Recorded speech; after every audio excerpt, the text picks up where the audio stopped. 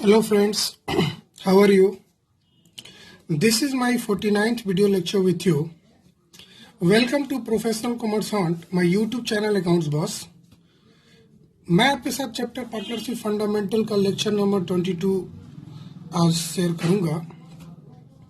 बच्चे, आज एक कैलकुलेशन वाला टॉपिक है जिसका पार्ट 1 आपके साथ शेयर करूंगा।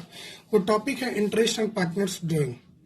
बहुत सारे बच्चे को हम देखते हैं interest and partners drawing calculate करने में दिक्कत होता है, और हम आशा करते हैं इस लेक्चर के बाद आपको कोई दिक्कत नहीं होने वाला है। ये पार्ट 1 है बच्चा, इंटरेस्ट एंड ड्राइंग का लेक्चर नंबर 1। मैं इसको भी 2-3 लेक्चर में कंप्लीट करने वाला हूँ। जैसे कि इंटरेस्ट एंड कैपिटल का किया, पिछले लेक्चर्स में हमने पढ़ा था 3 लेक्चर में इंटरेस्ट एंड पार्टनर्स कैपिटल। आइए हम लोग जानते हैं मीनिंग ड्राइंग का। It means amount withdrawn in cash or in kind by partners for their personal use। हम चूंकि पार्टनरशिप फॉर्म के बारे में पढ़ रहे हैं, तो आज हम ड्राइंग्स पार्टनर के बिहाफ में हम लोग देखेंगे कि किसको बोलते हैं ड्राइंग। मतलब कोई भी पार्टनर अगर बिजनेस से अपने पर्सनल यूज के लिए अगर कैश या कोई काइंड मतलब कोई भी चीज निकाल सकता है, या गुड्स निकाल ले, कुछ भी निकाल ले, तो हम उसको बोलते हैं बच्चा ड्राइंग। ठीक है बच्चा। ड्राइंग्स 2 तरह का होता है बच्चा। Drawings is out of capital and against profit. मैंने इसके बारे में आपको पीछे के जब हम इंटरेस्ट एंड कैपिटल कैलकुलेट कर रहे थे तो ये बात वहां हुई थी। फिर भी यहाँ पे हम डिटेल में आज समझेंगे कि ड्राइंग अगेंस्ट कैपिटल और ड्राइंग अगेंस्ट प्रॉफिट आखिर होता क्या है, क्या मतलब होता है सर। फिर से आप एकदम कॉन्सेप्चुअल बताइए।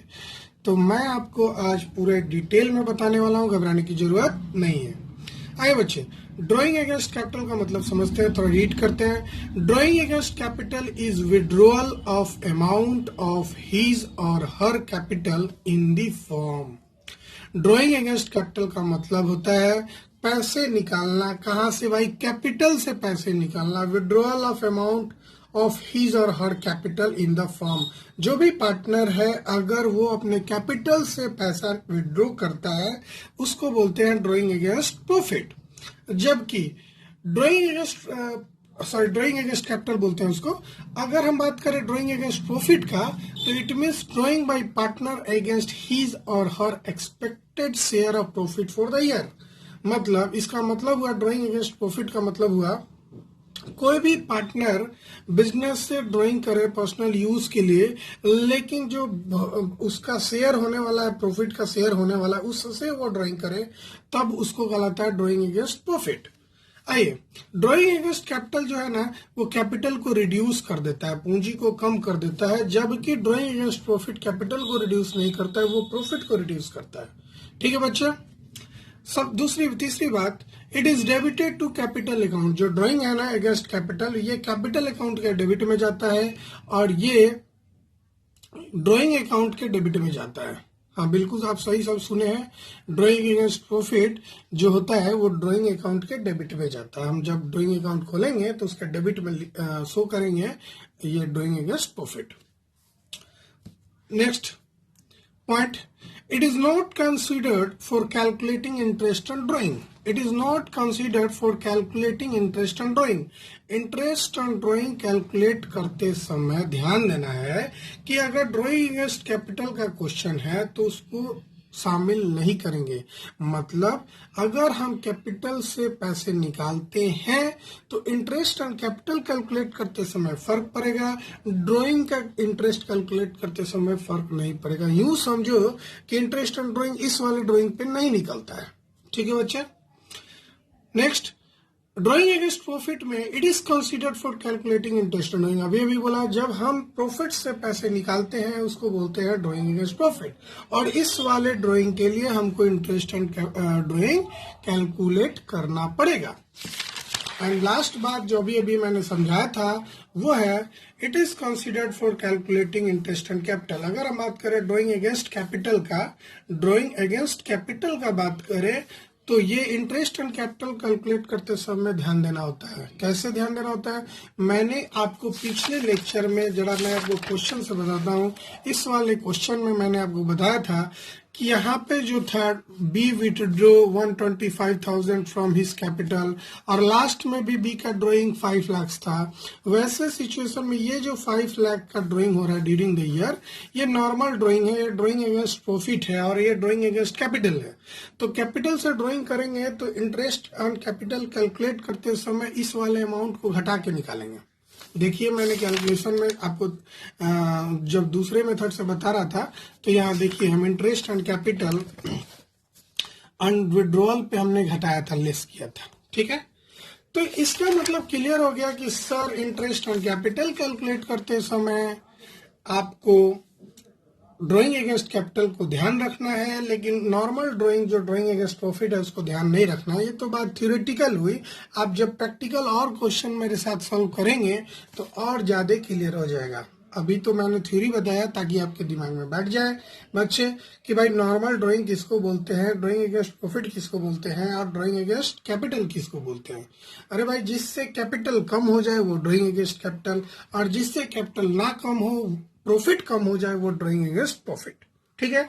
अब ड्राइंग अगेंस्ट प्रॉफिट पे इंटरेस्ट ऑन ड्राइंग कैलकुलेट होता है, ड्राइंग अगेंस्ट कैपिटल पे इंटरेस्ट ऑन ड्राइंग कैलकुलेट नहीं होता है, लेकिन इंटरेस्ट ऑन कैपिटल निकालते समय फर्क पड़ता है। खैर अगर हम बात करें तो ये कैलकुलेशन तभी करते हैं जब हमारे क्वेश्चन में मतलब पार्टनरशिप डीड में दिया हुआ है।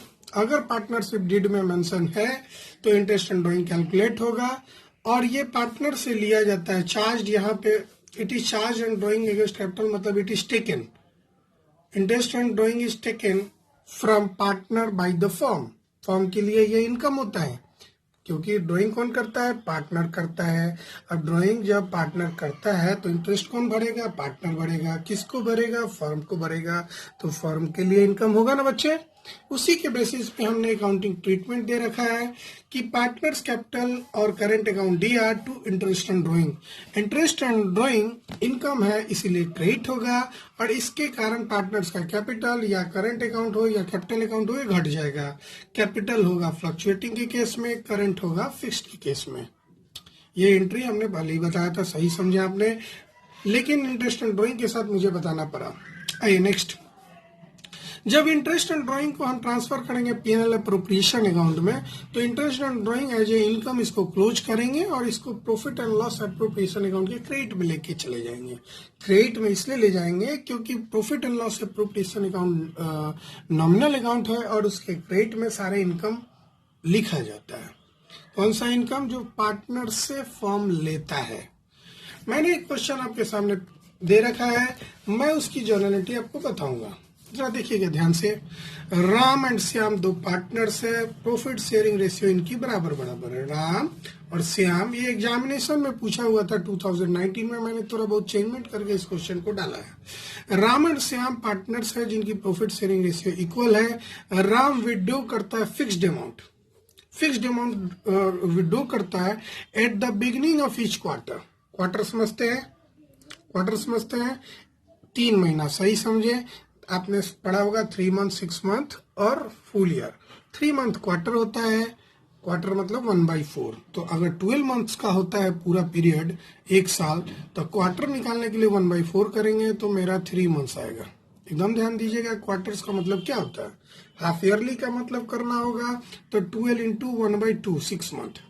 हाफ ईयरली 6 मंथ को बोलते हैं, क्वार्टरली 3 महीना को बोलते हैं। आपने हिंदी में सुना होगा 3 माही, 6 माही, जो भी इस तरह का सुने होंगे। नहीं सुने होंगे तो क्वार्टर तो सुने होंगे। आप चाउमीन वगैरह खाते होंगे बच्चे, तो क्वार्टर अगर ऑर्डर देते हैं कि क्वार्टर चाउमीन दो, तो वो क्या करता है, एक थाली का जो 4th हिस्सा होता है, ये वाली पार्ट, उसको दे देता है। इसको बोलते हैं क्वार्टर। हाफ का बात करें तो ये पूरा हाफ हो जाएगा, 2 क्वार्टर मिलके हाफ हो जाएगा, और 4 क्वार्टर मिलके फुल हो जाएगा। तो 12 मंथ में अगर क्वार्टर निकालना है तो 1/4 से मल्टीप्लाई करना होगा, ठीक है। Interest on drawing is charge 6% per annum. ये तो खैर दिया हुआ, इतना लंबा चौड़ा कहानी, आगे जाइएगा तो इजी हो जाएगा। देखिए कैसे, at the end of the year interest on Ram's drawing amounted to 900। मतलब ये फालतू का आपको बकवास दे रखा था। ये 1 नंबर में एग्जाम में क्वेश्चन पूछा था, ये फालतू का बकवास दे रखा था कि ये कहानी है, लेकिन लास्ट में इंटरेस्ट ऑन ड्राइंग कैलकुलेट करके दिया हुआ था। मैंने तो अभी interest on calculation of drawing पढ़ाया ही नहीं, तो मैं वैसा क्वेश्चन पूछ भी नहीं सकता हूँ। मैंने अभी आपको जर्नलिटी पढ़ाया, मैं जर्नलिटी से रिलेटेड ही क्वेश्चन दूंगा।